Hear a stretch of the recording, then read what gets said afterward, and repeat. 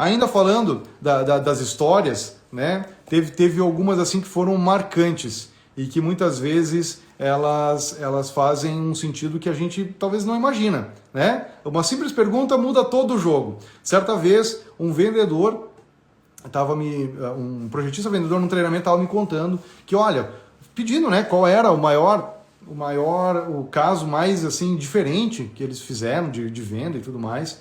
E aí ele disse assim: olha, uma vez eu recebi um casal, o esposo, né, no caso era um casal, mas na loja foi o esposo. E aí ele foi me conversando e tudo mais, e em determinado momento ele falou assim: olha, eu só queria ver com você pelo seguinte, tem uma questão, a minha esposa ela é deficiente visual.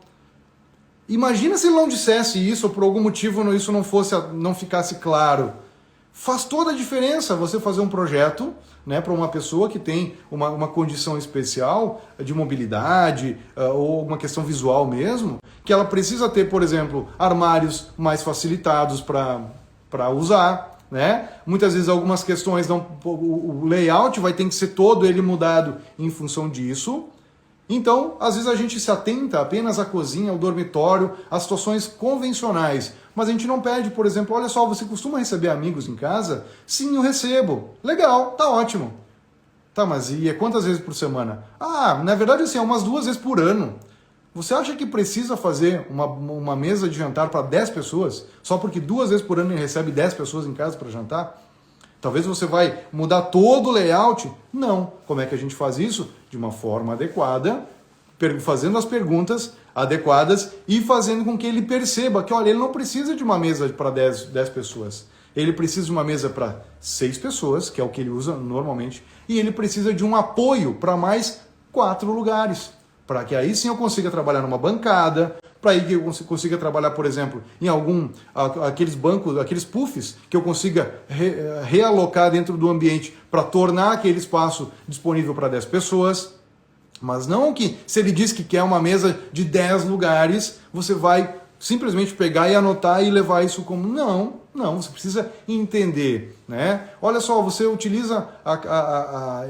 eu estou vendo que tem 3 dormitórios, mas você tem um filho. O outro dormitório... Não, o outro dormitório eu utilizo em ocasiões especiais, quando eu recebo alguém e tudo mais, mas ele precisa trabalhar em casa. Por que não, então, fazer um dormitório que ele tenha dupla função? Né? Você pode sugerir isso a ele. Fazer que seja um escritório e também um quarto de visitas.